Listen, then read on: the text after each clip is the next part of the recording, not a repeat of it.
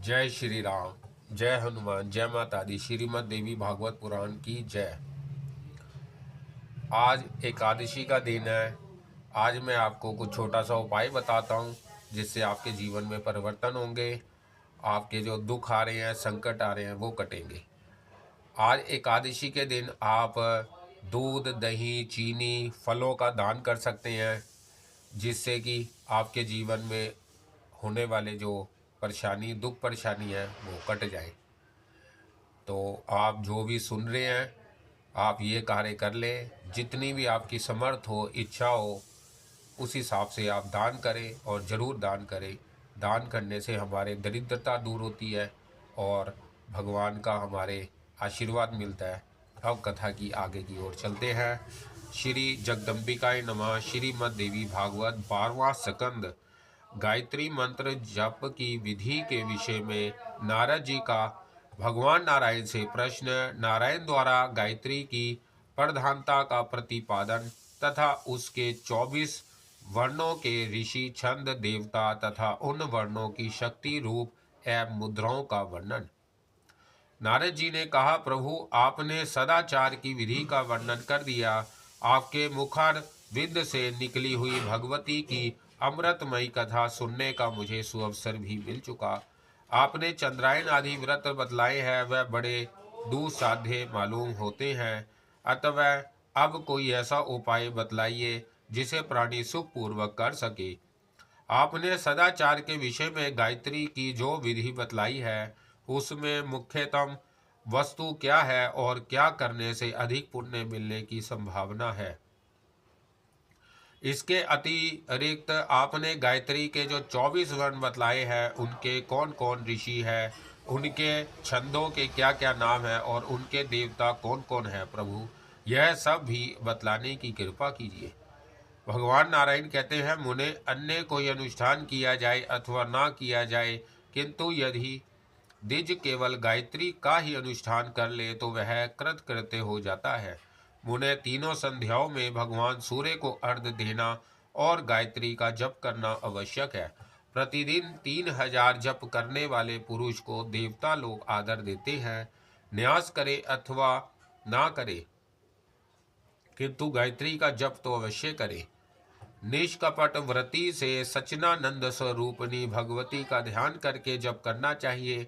ब्राह्मण, अब इस गायत्री के वर्ण, ऋषि, छंद तथा देवता आदि जितने तत्व हैं, उनका क्रमशः वर्णन करता हूँ, सुनो। वामदेव, अत्रि, वशिष्ठ, शुक्र, कर्णव, पराशर, महातेजस्वी, विश्वामित्र, कपिल, महाभाग, शौनक, यज्ञवल्क्य, भारद्वाज, तपोनिधि, जमदग्नि, गौतम, मुदल, वेदव्यास, लोमश, अगस्त्य, कौशिक, वत्स, पुलस्त्य, मंडूक, परम तपस्वी, दुर्वासा, नारद और कश्यप वर्णों के क्रम से ये 24 ऋषि कहे गए हैं।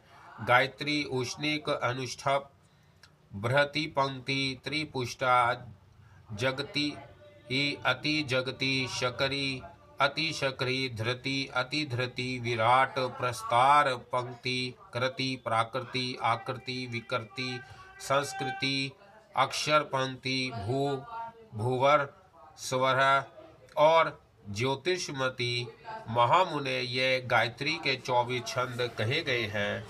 परयज्ञा, अब गायत्री के 24 अक्षरों के देवताओं का परिचय सुनो। प्रथम वर्ण के अग्नि, द्वितीय के प्रजापति, तृतीय के चंद्रमा, चतुर्थ के ईशान, पंचम और छठ के सूर्य, सप्तम में बृहस्पति, अष्टम में मित्र वरुण, नवम में भग, दशम के ईश्वर,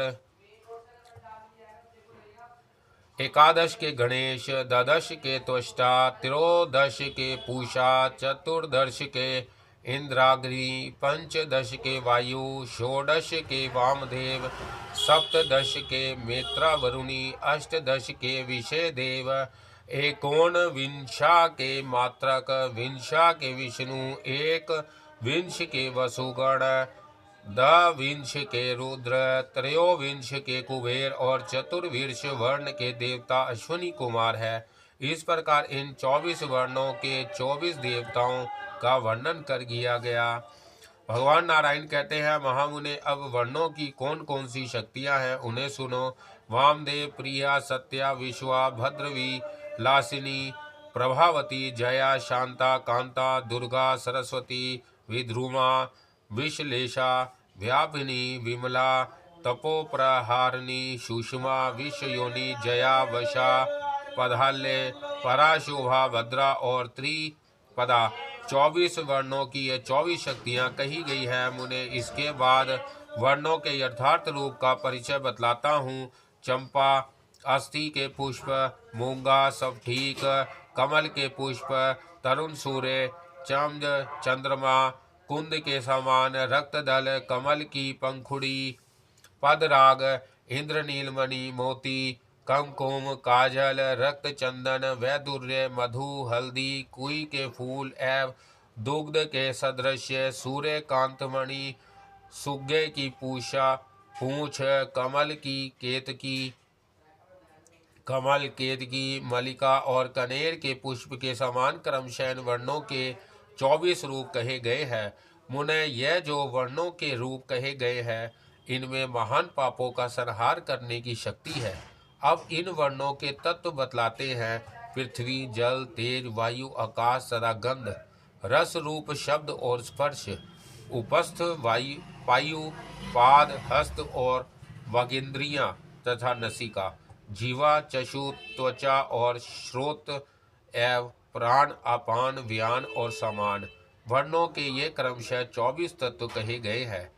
अब इसके बाद क्रमशः वर्णों की मुद्रा बतलाऊंगा। सुमुख, संपुट, वितत, विस्तृत, द्विमुख, त्रिमुख, चतुर्मुख, पंचमुख, षण्मुख, अधोमुख, व्यापकाजलि, शकट, यमपाश, ग्रंथि, सन, मुखोन्मुख, प्रलंब, मुष्टिक, मत्स्य, क्रूम, वराहा, सिंह क्रांता, महाक्रांता, मधुर और पल्लव। त्रिपदा गायत्री के 24 वर्णों की ये 24 मुद्राएं हैं तथा त्रिशूल, योनि, सुरभि, अक्षमाला, लिंग और अम्बुज, ये महामुद्राएं तूर्य रूपा गायत्री के 24 चरण की है। महामुने, गायत्री के वर्णों की ये मुद्राएं तुम्हें बतला दी।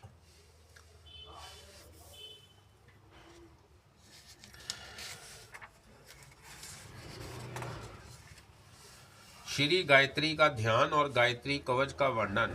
नारद जी ने पूछा, स्वामी, आप जगदय के स्वामी, 64 कलाओं को जानने वाले तथा योग वेताओं में श्रेष्ठ है। प्रभु, मेरे मन में यह प्रश्न उत्पन्न हो रहा है कि किस पुण्य के प्रभाव से मनुष्य पापों से छूट सकते हैं और उनके ब्रह्मा रूप होने का क्या उपाय है तथा उनका देह देव रूप एवं विशेषतया मंत्र रूप हो जाए, इसका क्या साधन है। यह सब मैं सुनना चाहता हूँ प्रभु।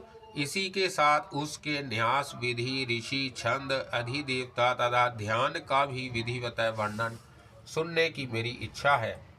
भगवान नारायण कहते हैं, नारद, इसके लिए गायत्री कवच नामक एक अत्यंत गुहा उपाय है। इसका पाठ करने और इसको धारण करने से मनुष्य संपूर्ण पापों से छूट जाता है, उसकी सारी अभिलाषाएं पूर्ण हो जाती हैं और वह स्वयं देवी का रूप बन जाता है। नारद, इस गायत्री कवच के ब्रह्मा, विष्णु और महेश, ये 3 ऋषि हैं। रक, यजु, साम और अथर्व, ये 4 छंद हैं। पर ब्रह्मा देवता है। यह गायत्री परम कलाओं से संपत्र कही गई है। भर्ग इसका बीज है। विधानों ने स्वयं इसी को शक्ति कहा है। बुद्धि कीलक है। मोक्ष की प्राप्ति के लिए इसका विनियोग किया जाता है। 4 वर्णों से हृदय, 3 वर्णों से मस्तक, 4 वर्णों से शिखा, 3 वर्णों से कवच, 4 वर्णों से नेत्र तथा 4 वर्णों से इनके अन्य सभी अंग संपत्र है। अब साधकों को अभिष्ट प्रदान करने वाला ध्यान कहता हूँ। मैं तत्व और वर्ण स्वरूपणी भगवती गायत्री का भजन करता हूँ। वह मोती, मूंगा, सुवर्ण, नीलमणि तथा उज्ज्वल प्रभा से युक्त मुखों से सुशोभित है। 3 नेत्रों से उनके मुखों की अनुपम शोभा होती है। उनके रत्नमय मुकुट चंद्रमा से संपत्र है। वह अपने हाथों में अभय और वर मुद्रा, अंकुश, पाश, शुभ्र, कपाल, रस्सी, शंख, चक्र और 2 कमल धारण करती है। पूर्व दिशा में गायत्री मेरी रक्षा करे, दक्षिण में सावित्री रक्षा करे तथा पश्चिम में ब्रह्मा संध्या एवं उत्तर दिशा में भगवती सरस्वती मेरी रक्षा करे। भगवती पार्वती पार्वतीय दिशा में अग्नि और जल में व्यापक रहने वाली देवी उन दिशाओं में तथा राक्षसों को भय उत्पन्न करने वाली भगवती यातुधानी राक्षसों की दिशाओं में मेरी रक्षा करे। वायु को आनंद प्रदान करने वाली भगवती पावमानी के द्वारा उस दिशा में मेरी रक्षा हो। रुद्र रूप धारण करने वाली भगवती रुद्रानी ईशान कोण में मेरी रक्षा करे। ब्रह्मानी ऊपर की ओर मेरी रक्षा करे और वैष्णवी देवी नीचे की ओर से मेरी रक्षा करे। इसी प्रकार भगवती भुवनेश्वरी 10 दिशाओं में मेरे संपूर्ण अंगों की रक्षा करे। तत्पद मेरे पैरों की, सवितु मेरी जांघों की, वरिणम कटी देश की, भर्ग नाभि की, देवस्य हृदय की, धीमहि दोनों कपोलों की, धिया नेत्रों की, यह ललाट की, ना मस्तक की तथा प्रचोदयात पद मेरी शिखा की रक्षा करे। मस्तक की साकार, ललाट की वीकार, दोनों नेत्रों की तूकार, रेफ युक्त दोनों कपोलों की वाकार, नसापुट की रेकार, मुख की नीकार, उसके ओष्ठ की याकार, नीचे के ओष्ठ की भाकार, रेफ युक्त मुख मध्य की गोकार, चिंबुक देकार, कंठ की वाकार, कंधों की सियाकार, दाहिने हाथ की घीकार, बाएं हाथ की माकार, हृदय की हीकार, उदर की धीकार, नभिका की योकार, करम की कमर की योकार, गुहा अंग की नापद, दोनों उरुओं की प्रकार, घुटनों की चौकार, जांघों की दाकार, गुल्फों की याकार, दोनों पैरों की और ताकार। यह व्यंजन मेरे संपूर्ण अंगों की सदा रक्षा करे। भगवती गायत्री का यह दिव्य कवच सैकड़ों बाधाओं को दूर करने वाला है। इसकी कृपा से 64 प्रकार की कलाएं प्राप्त हो जाती हैं। साथ ही यह मोक्षदायक भी है। इसका आश्रय करने वाला पुरुष संपूर्ण पापों से मुक्त होकर पर ब्रह्मा को प्राप्त कर लेता है। इसके पढ़ने अथवा सुनने से भी 1000 गोदान का फल मिलता है। गायत्री हृदय न्यास और गायत्री स्तोत्र। नारद जी ने कहा, भगवान देवेश, आप भूत एवं भविष्यत जगत के स्वामी हैं। प्रभु, मैं दिव्य कवच और गायत्री मंत्र का स्वरूप तो सुन चुका, अब श्रेष्ठ गायत्री हृदय सुनना चाहता हूँ, जिसके धारण से गायत्री जप से मिलने वाले अखिल पुण्य प्राप्त हो जाते हैं। भगवान नारायण कहते हैं, नारद, गायत्री देवी के हृदय का प्रसंग अथर्व वेद से स्पष्ट रूप से वर्णित है। वही परम रहस्य युक्त प्रसंग मैं तुम्हें सुनाऊंगा। महादेवी गायत्री का विराट रूप है। यह वेद की जननी है। इनका ध्यान करके अंगों में इन देवताओं का ध्यान करना चाहिए। जैसे पिंड और ब्राह्मण दोनों में एकता है, वैसे ही अपने में और देवी में एक तत्व की भावना करनी चाहिए। साधक पुरुष देवी के रूप में और अपने में कोई पार्थक्य न समझे। वेदज्ञ पुरुष का कथन है कि मैं देव भाव से संपन्न होकर भी देवता की पूजा करे। अतः इष्ट देवता में अभेद संपादन करने के लिए अपने शरीर में वाक्यमान देवताओं का न्यास करना परम आवश्यक है। अब मैं इसका उपाय बतलाता हूँ, जिससे तन्मयता प्राप्त हो सकती है। इस गायत्री हृदय का मैं नारायण ही ऋषि कहा गया हूँ। गायत्री छंद है, भगवती परमेश्वरी इसकी इष्ट देवता है। पूर्वोक्त प्रकार से क्रमशः अपने 6 अंगों में इसका न्यास करना चाहिए। एकांत देश में किसी आसन पर बैठकर मन को एकाग्र करके भगवती गायत्री का ध्यान करें। अब अंग न्यास का प्रयोग बतलाया जाता है। मस्तक में धो संबंधी देवता की, दंत पंक्ति में अश्विनी कुमारों की, दोनों ओठों में दोनों संध्याओं की, मुख में अग्नि की, जीवा में सरस्वती की, ग्रीवा में बृहस्पति की, दोनों स्तनों में आठों वसुओं की, दोनों भुजाओं में मरुद गणों की, हृदय में प्रंजन्या की, उदर में आकाश की, नाभि में अंतरिक्ष की, कटी में इंद्र और अग्नि की, पेड़ों में विज्ञान धन प्रजापति की, एक जांग में कैलाश और मल्लगिरी की, दोनों जनुओं में विषय देवों की, पिंडलियों में कौशिक की, गुद्दा में उत्तरायण एवं दक्षिणायन के अधिष्ठात्र देवताओं की, दूसरी जांग में पितरों की, पैरों में पृथ्वी की, अंगुलियों में वनस्पति की, रोमों में ऋषियों की, नखों में मुहूर्तों की, हड्डियों में ग्रहों की तथा रुधिर और मांस में ऋतुओं की भावना करें। संवत्सर जिनका एक पल है, जिनकी आज्ञा के अनुसार सूर्य और चंद्रमा दिन और रात का विभाजन करते हैं, तथा जो दिव्य परम पूज्य एवं सहस्त्रों नेत्रों से शोभा पाने वाली भगवती गायत्री है, उनकी मैं शरण ग्रहण करता हूँ। ओम सूर्य के उस श्रेष्ठ तेज को प्रणाम है। पूर्व दिशा में उदय होने वाले भगवान सूर्य को प्रणाम है। प्रायकालीन भगवान सूर्य को नमस्कार है। आदित्य मंडल में प्रतिष्ठित पाने वाली भगवती गायत्री को नमस्कार है। प्रायकाल में इन गायत्री देवी का ध्यान करने वाला रात्रि में किए हुए पापों का नाश करता है। स्वयं काल में ध्यान करने वाला दिन के पापों का नाश करता है, और दोनों समय ध्यान करने वाला निष्पाप होता है। वह संपूर्ण तीर्थों में इस सात तथा अखिल देवताओं में परिचित हो जाता है। गायत्री के जप की महिमा से पुरुष अव्यच्य, भाषण से अभाष्य, भषण से अभोज्य, भोजन से अचोष्य, चोषण से असाध्य, साधन से सहस्त्रों दुष्प्रतिग्रहों से, सब प्रकार के प्रतिग्रहों से, पंक्ति दूषण से तथा असत्य वचन से भी कभी अपवित्र नहीं हो सकता। अब्रह्मचारी में भी ब्रह्मचारी के गुण आ जाते हैं। इस गायत्री हृदय का ध्यान करने से 1000 यज्ञों का फल मिलता है। 60 लाख गायत्री के जप से जितना फल मिलता है, उतने ही फल का देने वाला यह गायत्री हृदय है। गायत्री के अनुष्ठान में 8 ब्रह्मांडों का सम्यक प्रकार से वर्णन करना चाहिए। ऐसा करने से साध सिद्ध प्राप्त होती है।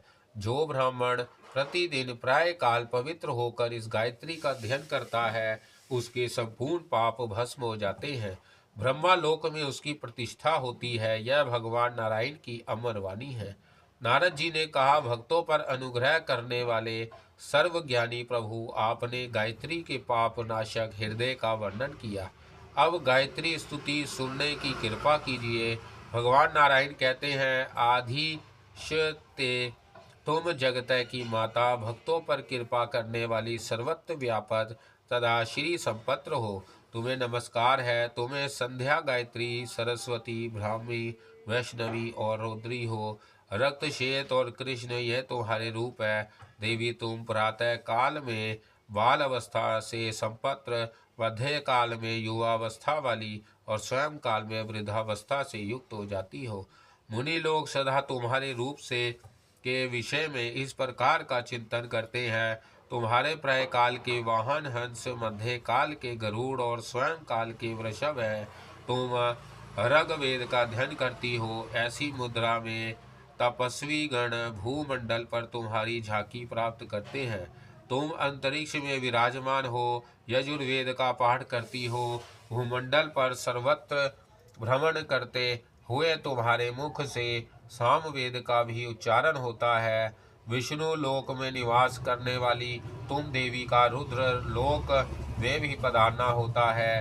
देवताओं पर अनुग्रह करने के लिए तुम ही ब्रह्मलोक में विराजती हो। तुम सप्तऋषियों को प्रसन्न करने वाली, अनेक प्रकार के वर देने में कुशल महामाया हो। शिव शक्ति के हाथ, नेत्र, अश्रु और स्वेद से प्रकट हुई 10 प्रकार की दुर्गा भी तुम्ही हो। तुम्हें आनंद जननी कहते हैं।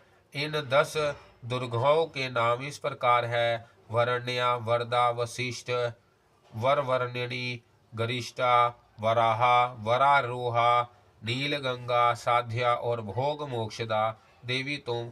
मर्त्य लोक में भगवती भगीरथी, पाताल में भोगवती और स्वर्ग में त्रिलोक वाहिनी का रूप धारण करके तीनों लोकों में निवास करती हो। तुम्हें भूलोक में शोक का नियंत्रण करने वाली धात्री रूप से विराजमान हो। तुम भूलोक में वायु शक्ति, स्वर्गलोक में तेज पुंज, महालोक में महासिद्धि, जनलोक में जना, तपोलोक में तपस्विनी, सत्यलोक में सत्यवाक, विष्णुलोक में कमला, ब्रह्मालोक में गायत्री और रुद्रलोक में भगवान शंकर के अर्धांग में निवास करने वाली भगवती गौरी के नाम से प्रसिद्ध हो। अहम और महत्व तत्वों की प्राकृतिक रूप से तुम ही गाई जाती हो। तुम साम्य अवस्था में विराजमान रहती हो। शबल ब्रह्मा तुम्हारा स्वरूप है, अतः उन्हें पराशक्ति और परमात्मा कहा जाता है। इच्छा शक्ति, क्रिया शक्ति और ज्ञान शक्ति, यह तीनों शक्तियाँ तुम्हारी ही कृपा से प्राप्त होती है। गंगा, यमुना, विपाशा, सरस्वती, सरयुया, देविका, सिंधु, नर्मदा, इरावती, गोदावरी, शतरुद्रु, देवलोक में विचरण करने वाली कावेरी, कौशिकी, चंद्रभागा, वितसता, सरस्वती, गंडकी, तापिनी, करतोया, गोमती और वेत्रवती, यह नदियाँ भी तुम्हारे ही रूप है। ईड़ा, पिंगला, सुषुम्ना, गंधारी, हस्तिजिह्वा, पूषा, अपूषा, अलम्बुषा, कुहू और शंकनी आदि नामों से विख्यात प्राण वहन करने वाली नाड़ियों के रूप से तुम सबके शरीर में निवास करती हो। ऐसा प्राचीन बंधु जब कहते हैं, तुम प्राण शक्ति रूप से हृदय कमल पर विराजमान रहती हो। कंठ में रहकर स्वपन का सृजन करना तुम्हारा सहज गुण है। तुम सर्वाधार स्वरूपनी हो। तुलाओं में तुम्हारा निवास है। बोहों के मध्य में बिंदु रूप से तुम विराजती हो। तुम्हें बिंदु मालिनी कहते हैं। मूलाधार में कुंडली नाड़ी तुम्हारी ही आकृति है। व्यापक रूप से तुम सबके रोमकूप में विराजती हो। तुम्हारी शिखा के मध्य में परमात्मा तथा शिखा के अग्रभाग में मनोन्मनी शक्ति विराजमान रहती है। महादेवी अधिक कहने से क्या, त्रिलोकी में जो कुछ है वह सब तुम्हें हो। साध्य मैं मोक्ष लक्ष्मी की प्राप्ति के लिए तुम्हें नमस्कार करता हूँ। यदि संज्ञा के अवसर पर इस स्तोत्र का पाठ किया जाए तो प्रचुर पुण्य प्राप्त होता है। इस स्तोत्र के प्रभाव से ढेर के ढेर पापों का नाश हो जाता है। यह स्तोत्र महान सिद्धिप्रद है। जो पुरुष सावधान होकर संध्या काल में इसका पाठ करता है, वह अपुत्री हो तो पुत्रवान और धन की इच्छा वाला हो तो धनवान हो जाता है। संपूर्ण तीर्थ है, जप तप योग यज्ञ और दान के पुण्य उसे प्राप्त हो जाते हैं। वह दीर्घ काल तक प्रचुर भोग भोग कर अंत में मुक्त हो जाता है। तपस्वियों के बनाए हुए इस स्तोत्र को जो स्नान के समय पढ़ता है, वह जहाँ कहीं भी जल में स्नान करे उसे साध्य करने का उत्तम फल प्राप्त हो जाता है। नारद, मेरी यह बात सत्य है, सत्य है, सत्य है, इसमें कोई संदेह नहीं करना चाहिए। नारद, जो भक्ति पूर्वक इस स्तोत्र को सुनेगा वह भी पापों से छूट जाएगा। संध्या के उद्देश्य से कहा हुआ यह स्तोत्र अमृत की तुलना करने वाला है।